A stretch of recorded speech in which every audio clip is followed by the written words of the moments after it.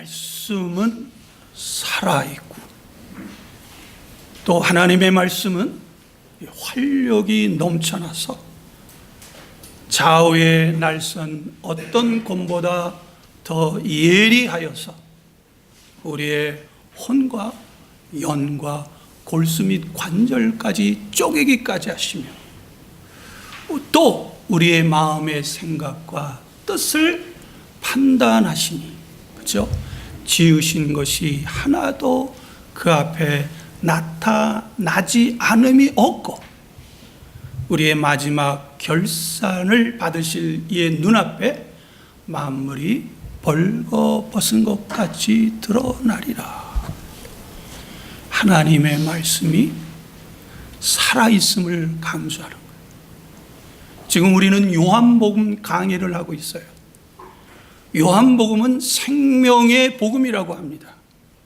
그래서 요한복음 1장 1절 4절에 하나님의 말씀 안에 생명이 있었으니 라고 말씀하셨어요. 우리 기억 한번 하십시다. 태초에 말씀이 계시느니라. 이 말씀이 하나님과 함께 하셨고 이 말씀이 곧 하나님이시라. 태초에 그가 하나님과 함께 하셨고 모든 만물이 그로 말미암아 지은 바 되었으니 지은 것 중에 하나도 그가 없이는 된 것이 없느니라. 중요합니다. 그 안에, 그 말씀 안에 생명, 조의 영원한 생명, 살았고 운동력 있는 생명이 있었으니 이 생명은 뭐에? 사람들의 빛이라. 그런데 아쉽게도요, 이 생명의 빛이 어두움의 빛이 돼 어두움이 깨닫지 못하더라고 그랬어요. 하나님의 말씀이 있는 삶이요 최고의 복된 삶이고, 하나님의 말씀이 없는 삶이 어둠의 삶이요 죽음의 삶이라고 하는 것을요, 하나님의 말씀을 체험하기 전까지는 알지 못합니다. 성경이요, 그리고 선지자들이요, 그리고 제가 아무리 하나님의 말씀은 생명입니다, 하나님의 말씀은 살아있습니다라고, 그래서 하나님 말씀을 신뢰하십시오, 하나님 말씀에 순종하십시오, 그러면 그 안에 생명이 있습니다라고 아무리 강조를 해도 하나님 말씀을 딱 체험하기 전까지는 그 말씀이 와닿지 않습니다. 오늘 본문은요, 하나님의 말씀이 있는 삶과 하나님의 말씀이 없는 삶을 아주 극대화시킨 그런 장면이에요. 38년 된 이 중풍병자에게 하나님의 말씀이 없을 때의 삶은 어떠한 삶이었나요? 그리고 오늘 본문 8절에 예수님의 말씀, 즉 하나님의 말씀이 있었을 때의 이 중풍병자의 삶은 어떤 삶이었어요? 아주 천지 차이 아니에요? 왜 하나님께서 이 말씀을, 이 스토리를 기록하여서 우리에게 주셨을까요? 너무 하나님의 말씀이 생명이다, 하나님 말씀은 능력이다, 그래서 하나님 말씀을 믿고 사는 것이 이 세상에서 가장 큰 축복이다라고 하는 것이 안 믿어지니까 가장 극대한 그런 이 사건, 하나님의 말씀을 믿기 전에 이 사람의 삶은 어땠어요? 이 중풍병자의 삶의 기준으로 보면 뭐예요? 다른 사람의 기준이 아니라 이 중풍병자의 삶의 기준으로 보면 뭐예요? 가장 최악의 삶이 아니었어요? 38년 동안에 아팠어요. 게다가 중풍병자였어요. 비록 그가 중풍병에 걸렸지만, 그래서 살려고 몸부림을 쳤지만 거기까지란 말이죠. 하나님의 말씀이 없으면, 그래도 이 사람 대단한 사람 아니에요? 지난주에 설교했잖아요. 38년 동안에 중풍병자 걸렸고 몸을 꼼짝할 수 없었단 말이에요. 그리고 자기를 도와주는 어떤 사람도 없었지만은 어떻게 했어요? 그래도 포기하지 않고 내가 가는 동안에, 그죠? 믿음이 있으면 뭐가 튀어나와야 돼요? 행함이 튀어나와야 돼요. 영혼 없는 몸이 죽은 것 같이 행함이 없는 믿음은 죽은 거란 말이에요.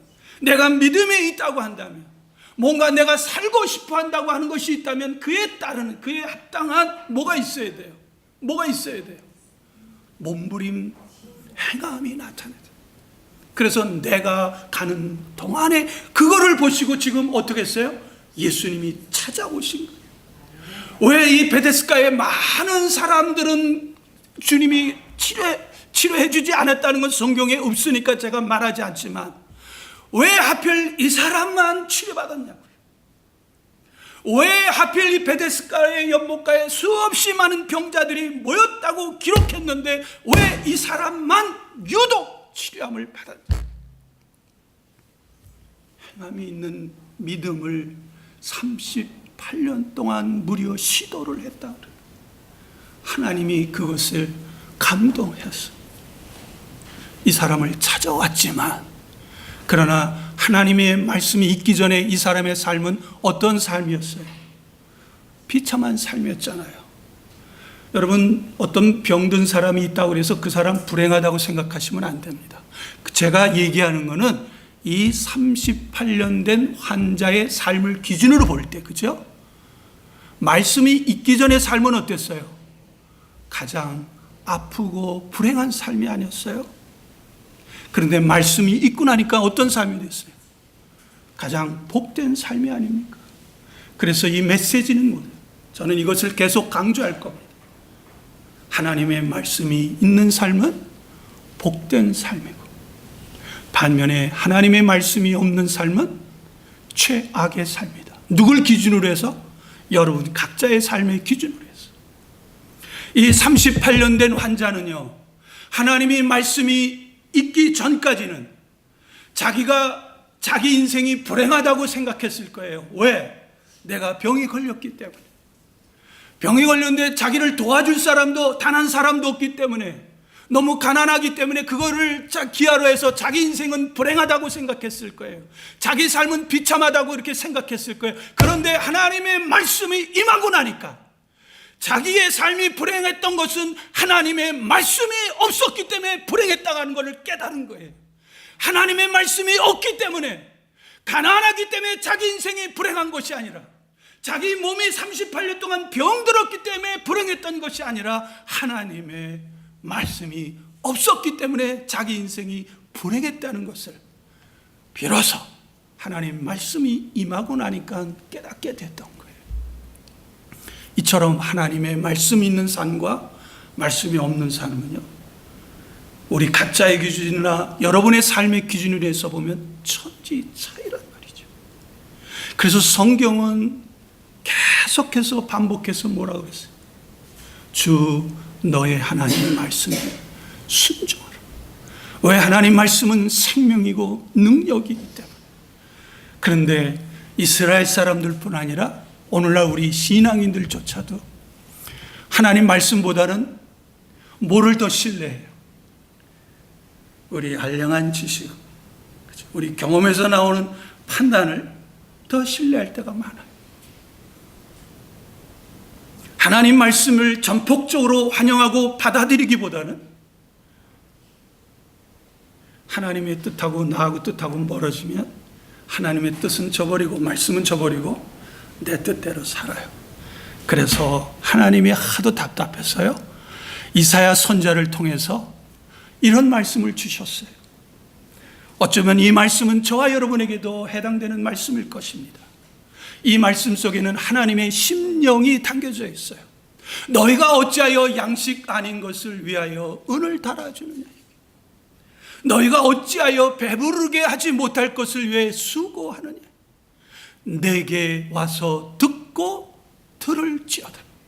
그리하면 너희가 좋은 것을 먹을 것이며 너희 자신들이 기름진 것으로 즐거움을 얻을 것이다. 그러므로 너희는 내게 와서 귀를 기울이고 내게로 나아라. 그리하면 어떻게 해요? 너희 영혼이 살리라. 왜요? 하나님의 말씀은 생명이에요. 하나님의 말씀은 능력이란 말이에요. 그러니까 하나님의 말씀 그 자체 안에 정복하고 그 말씀 안에 갇힌 삶은 뭐예요?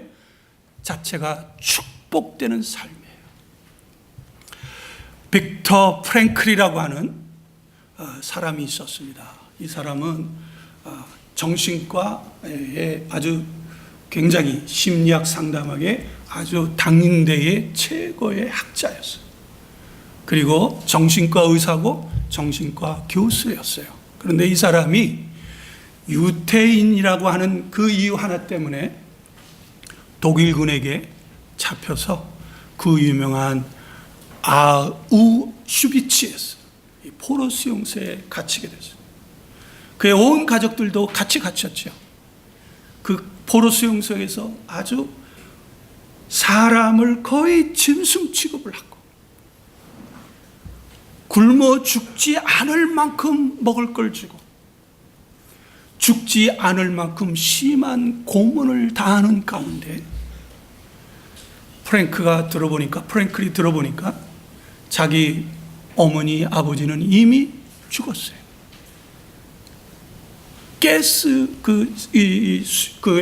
가스실에 끌려가서 죽임을 당하고 그의 형제들도 죽임을 당하고 마지막 그의 남은 부인마저도 죽었어요. 프랭클의 삶의 의욕이 끊어져 버렸어요. 이 사람이 정신과 상담 전문이란 말이에요. 그런데 그 삶의 최악의 현장에서 보니까 자기가 배웠던 정신과 상담이 아무런 도움이 되지 않아. 자기가 도대체 뭘 하면서 살았냐? 왜 자기가 배운 그 학문이, 자기가 배운 그 지식이 막상 이 위급한 순간에는 나에게 도움이 되지 않느냐는 말이에요. 허무했어요. 그리고 빨리 죽기를 원했어요. 너무 고통스러우니까. 왜 그러냐면 수시로 간수들이 와가지고 수용소 안에 있는 죄수가 아니죠. 유태인들을 잡아다가 가스실로 데려간단 말이에요. 그러니까 발자국 소리만 오면 어때요? 죽음의 공포가. 그러던 어느 날 이 프랭클이 이 옷을 이렇게 갈아입는 계기가 됐어요. 근데 옷을 갈아입고 주머니를 보니까 주머니에 아주 요만한 쪽지가 나왔어요. 그 쪽지에 뭐라고 쓰였냐면 들으라 이스라엘아, 주 너의 하나님은 유일한 하나님이시.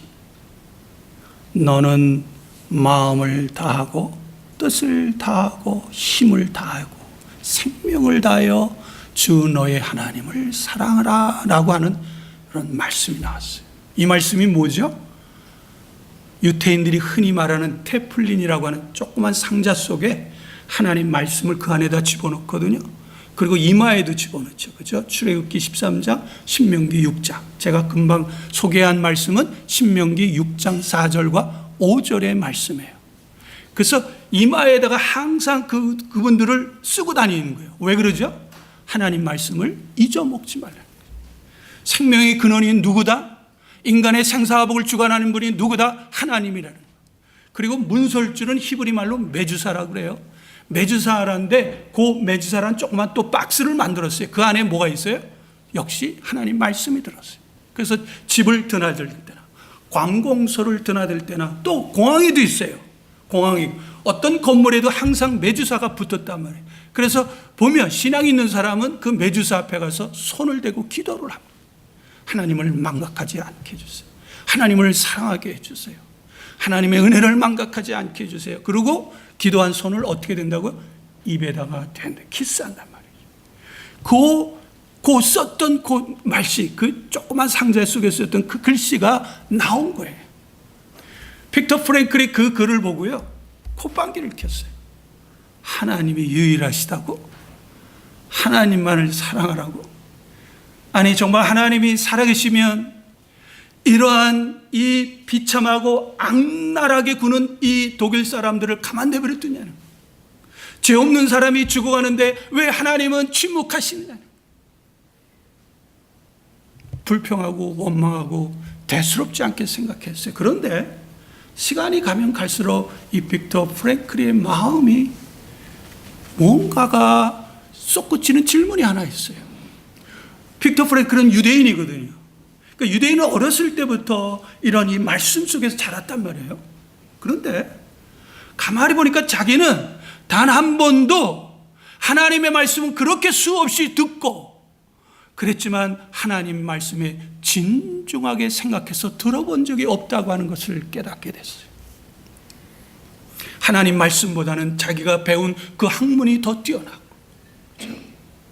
하나님 말씀은 마치 죽은 것 같고, 이 유대교라고 하는 것은 민족 종교지 인간의 생명을 줄 수 없는 거라는 그런 무식적에 가진 세상 사람하고 똑같은 생각을 가지고 대했다는 것을 깨닫게 되었어요. 그러면서 빅터 프랭클이 한 가지 결심을 하게 됐어요. 어떤 결심을 했느냐? 이제 어차피 죽는 거 아니에요, 그렇죠? 어차피 내가 죽는다. 그런데 죽는 그 순간까지 한번 하나님을 사랑해보자고 결심했어요. 몸을 다하고 마음을 다하고 뜻을 다하고 생명을 다해서 한번 하나님을 사랑해보자고. 이 들으라는 말인 쉐마예요. 쉐마.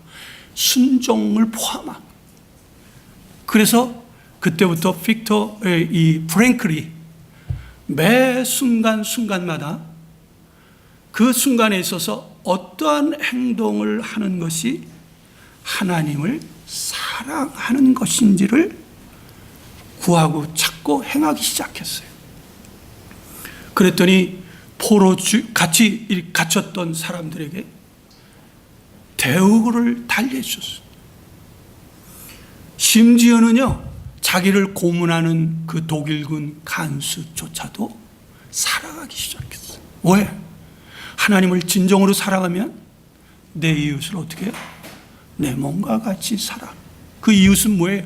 원수까지 포함하잖아요. 원수까지 포함하죠.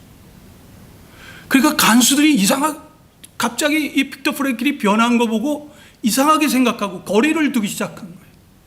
빅터 프랭클이 같이 수용성에 갇힌 사람들을 진심으로 섬기고 사랑하기 시작했어요. 그러면서 뭐를 느꼈느냐? 그동안 나는 하나님을 단 한 번도 사랑한 적이 없구나. 내가 정말로 하나님을 사랑하면 내 이웃을 내 몸과 같이 사랑해야 되는데 내 이웃을 내 몸과 같이 사랑해 본 적이 없다는 것을 깨닫기 시작한 거예요. 자기가 교수고 의사고, 그리고 의사니까 뭐가 있어요? 또 존경을 받잖아요. 존경도 있잖아요. 물질도 있잖아요. 그 가운데서 얼마나 이웃에 대해서 교만했던 것인가를 깨닫기 시작한 거예요. 매 순간마다 하나님을 사랑하는 것이 어떤 것인지 지혜를 구하던 어느 날, 같이 이 수용소에 갇혔던 사람들이 한 사람이 가스 수용실에 끌려가게 됐어요. 근데 이 사람이 살고 싶다고 안 가겠다고 몸부림치는 걸 보고 빅터 프랭클이 간수에게 내가 대신 가겠다고 하죠. 주위 사람들이 빅터 프랭클을 꺼려하기 시작하고 간수들이요, 그렇게 악랄한 간수들이 점점 피하기 시작했어요. 빅터 프랭클. 다행히 1945년에 빅터 프랭클이 독일이 항복하면서 풀려나게 됐어요. 그러면서 빅터 프랭클이 만들어낸 정신과 치료가 뭐냐? 로고테라피예요. 로고스라는 말이 뭐죠? 태초에 말씀이 계시니라. 여기 N아르케 N호 로고스라 그랬죠. 호 로고스. 로고스의 정관사가 붙으면 뭐가 돼요? 하나님이 되고 예수님이 되지만 고대 그리스 철학하는 사람들의 로고스에는 뭐냐? 모든 만물의 이성으로 이해를 하는 거예요. 근데 우리 성경에서는 로고스는 뭐예요? 우리 요한복음 1장 1절에 다 제가 강의를 했습니다. 그렇죠? 강의를 했어요. 엔아르케가 어떤 의미가 있든지, 엔호 로고스가 어떤 의미가 있든지 다 얘기했어요. 이 로고스가 뭐예요? 하나님의 직역하면 말씀 치료법이래요. 근데 세상 사람들은 이 로고스를 지금 여러분들이 빅터 프랭클이라고 하는 이 사람을 딱 치면 의미 치료법이라고 이렇게 나오게 돼요. 의미 치료법이 뭐냐? 무슨 의미가 있겠어요? 지금 내가 왜 사느냐? 지금 내가 사는 이유가 빅터 프랭클에서는 뭐가 있어요? 하나님을 사랑하고 내 이웃을 내 몸과 같이 살아가는 그것이 뭐예요? 의미가 돼버리니까. 그렇죠? 그것이 원인이 돼버리니까 삶이 달라진 거예요. 왜 그러죠? 빅터 프랭클리는 그 사람이 강한 것이 아니라 뭐가 강한 거예요? 그 사람이 믿고 있는 하나님을 따르고 순종하는 그 말씀이 강하니까. 만약에 오늘 빅터 프랭클이라는 사람이 이 자리에 와서 여러분들에게 이렇게 질문을 했다고 하면 여러분 어떤 대답을 하실 수 있으리라고 생각하십니까? 왜 사십니까? 무엇 때문에 주일날 이렇게 교회에 나오십니까? 왜 사업을 하십니까?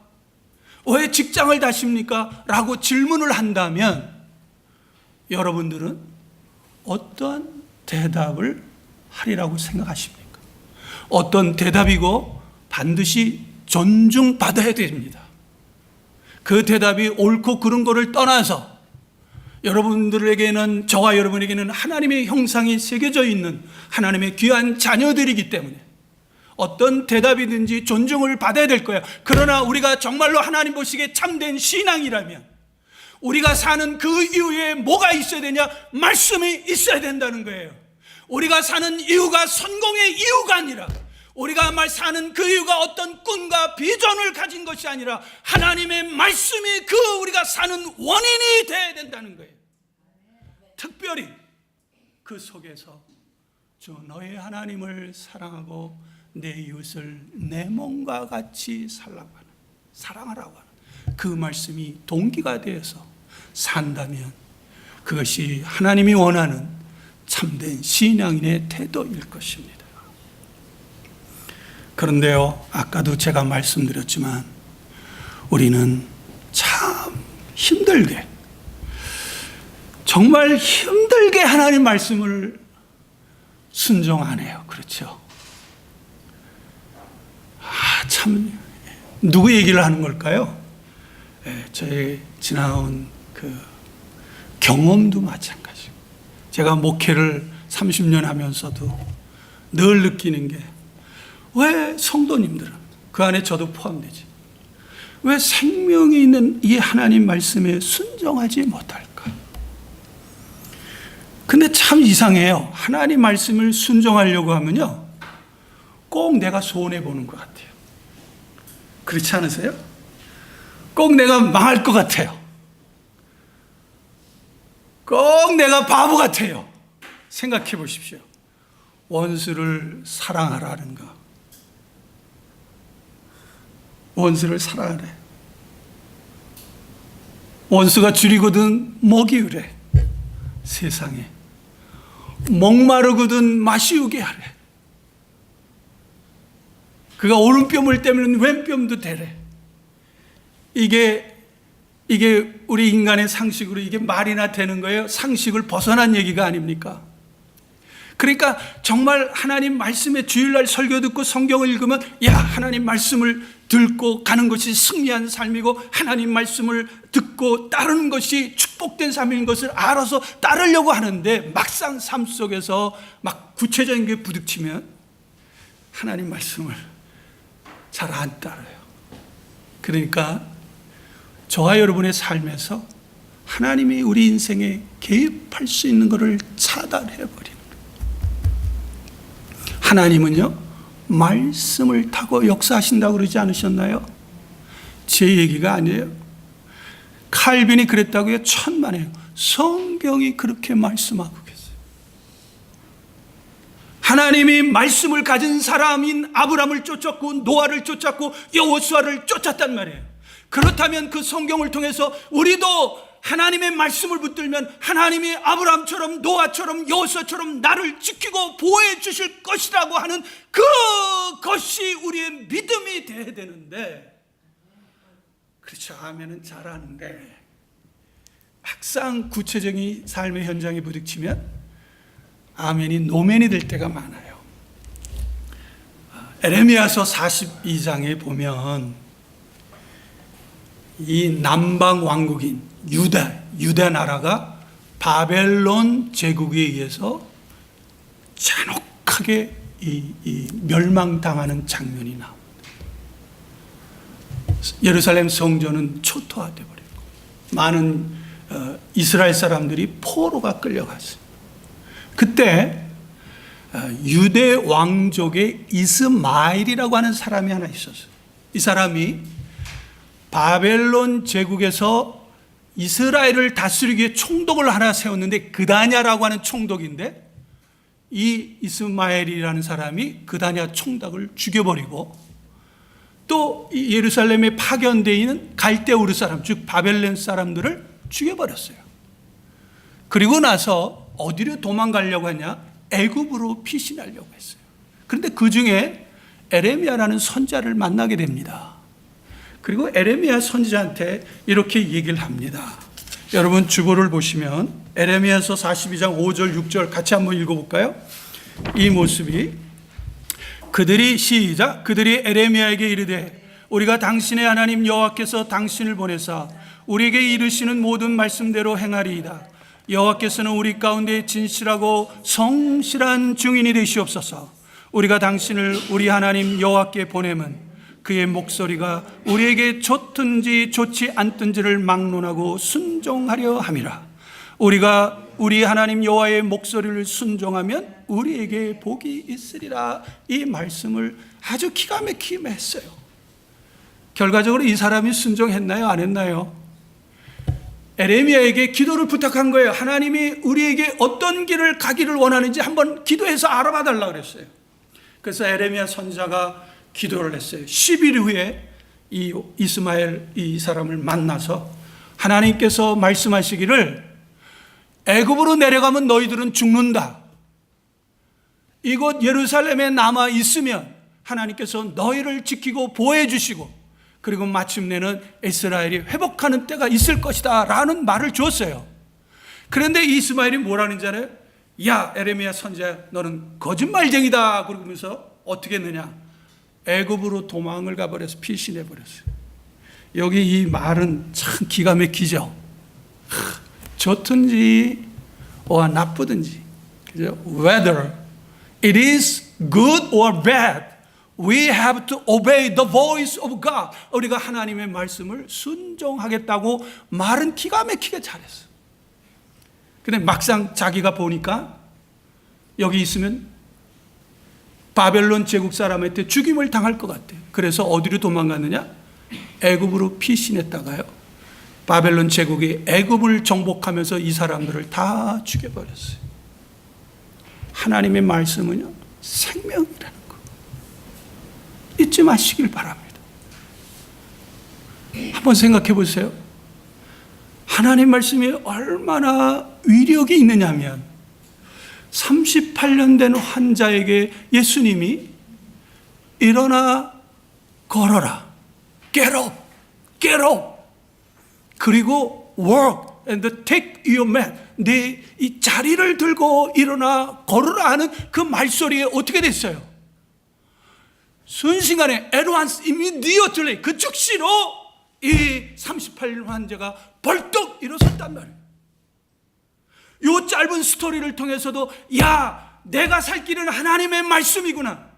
내가 불행하고 내가 억울하고 내가 힘든 삶을 산 거는 내 인생이 박학하고 내가 많이 못 배웠고 내가 돈이 없고 좋은 부모를 못 만나고 내가 많이 못 배웠기 때문이 아니라, 내 환경이 나빠서가 아니라 내게 지금 하나님의 말씀이 없었기 때문이구나.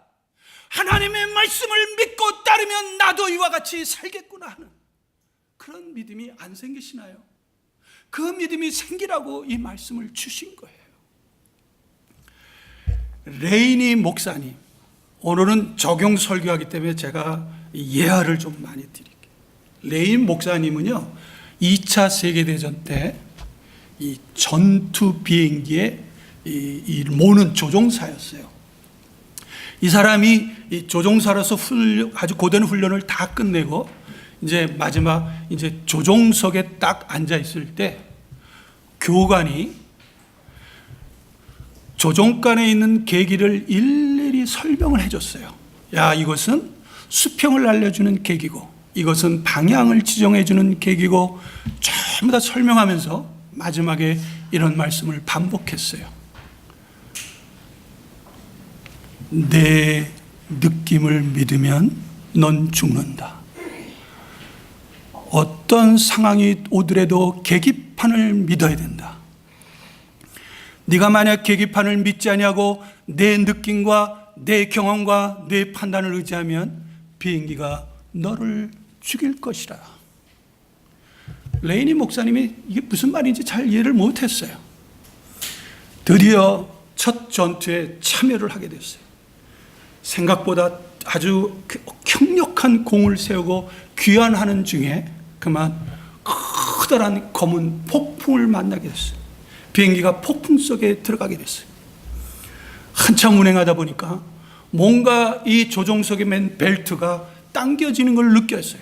그래서 약간 이 비행기가 좀 오른쪽으로 올라갔나 보다 해서 오른쪽을 내렸어요. 그러다 보니까 또 이번에 좌측에 또 올라갔구나 그래서 또 좌측을 내리고 이렇게 몇 번 하다가 자꾸 벨트가 꽉꽉 끼는 걸 느껴서 이게 뭐지 하면 그 순간에 교관의 말이 생각된 거예요. 내 느낌과 경험을 의지하여 운행하면 넌 죽지만 계기판을 몰고 운행하면 비행기가 너를 살려줄 거라고 하는 그 몇 번이고 반복되고 거의 세뇌 당하듯이 들었던 그것이 생각이 난 거예요. 그래서 계기판을 보니까 지금 자기가 가고자 하는 방향에 정반대의 길로 가고 있고 비행기가 거꾸로 그래서 운행하고 날르고 있었던 거예요. 그래서 그 계기판을 따라서 다시 운행을 잘해서 무사히 귀환하게 됐습니다. 그때 이 레이니 목사는 그때 아주 그 교관이 왜 그렇게 그 말씀을 강조했는지를 깨닫게 됐어요. 그렇구나. 느낌을 의지하면, 경험을 의지하면 죽지만 비행기 조종석에 있는 대시보드, 계기판을 의지하게 되면 살 수 있다고 하는 그 말의 의미를 비로소 이해하게 됐어요. 누군가 여러분에게 다시 한번 이렇게 질문하시면 어떻게 대답하려고 생각하십니까? 하나님의 말씀을 믿으시겠습니까? 아니면 여러분의 판단을 믿으시고 여러분의 소중한 단 한 번밖에 없는 인생을 여러분의 판단에 맡기시겠습니까? 믿음의 대상이 여러분의 이성을 통해서 얻어진 결론입니까? 아니면 믿음의 대상이 성경에 기록된 하나님의 말씀입니까? 지금 내가 무언가를 행동하고 있는데, 무언가를 움직이고 있는데 그 행동하고 움직이는 그 이유와 원인이 하나님의 말씀 때문인가요? 아니면 내가 알고 있는 그 상식을 토대로 해서 믿고 의지하면서 움직이는 건가요? 계시록에는요 2장과 3장을 통해서 7가지 교회들이 나옵니다. 그런데 7가지 교회에 예수님이 사도 요한을 통해서 말씀하신 후에 2장 7절 뭐라 그러냐면 맨 마지막에 귀 있는 자는 들을지어다. 귀 있는 자는 성령이 교회들에게 하신 말씀을 들을지어다 그랬어요. 그럼 에베소서 교회만 주어졌나요? 아닙니다. 서머나 교회도 말씀을 쫙 전하신 후에 맨 마지막 구절에 귀 있는 자들은 성령이 교회들에게 하는 말씀을 들을지어다라고 하셨어요. 귀가 없는 사람이 어디 있어요? 귀 없는 사람이 어디 있어요? 그런데 이 버가모 교회에도, 라오디아 교회도, 사대 교회도, 빌라델피아 교회도 맨 마지막에 뭐라고 말씀하시냐면 귀 있는 자는 들을지어다. 귀 있는 자는 성령이 교회들에게 하는 말씀을 들을지어다라고 말씀하셨어요. 여러분이 이 본문을 통해서 하나님께서 여러분에게 의도하려고 하는 이 말씀을 깨달으시기를 주님의 이름으로 축원합니다. 그래서 평생 살아가시는 동안에 살아계신 하나님의 말씀, 생명이신 말씀, 능력 있는 말씀 안에서 늘 이 세상에서 하나님에게 쓰임받고 이 세상에서 강하고 담대하게 아니 무엇보다도 하나님 보시기에 참된 신앙으로 살아가시기를 주님의 이름으로 축원합니다. 오늘 이 시간에 우리 한번 하나님께 한 1, 2분 잠시 한번 생각해 보는 시간을 가져보면 어떨까요? 왜 나는 무엇 때문에 지금 이렇게 이것을 하고 있지? 나의 삶은, 내가 이렇게 살아가는 그 원인과 동기는 무엇이지? 그러면서 하나님으로 말씀으로 산다고 하는 것이 여러분의 삶에서, 직장에서, 가정에서, 그리고 사업체에서 내가 하나님의 말씀으로 어떻게 하는 것이 이 사업장에서 적용하는 것인지를 잠시 1, 2분 정도 이렇게 한번 생각해 보시겠습니다. 같이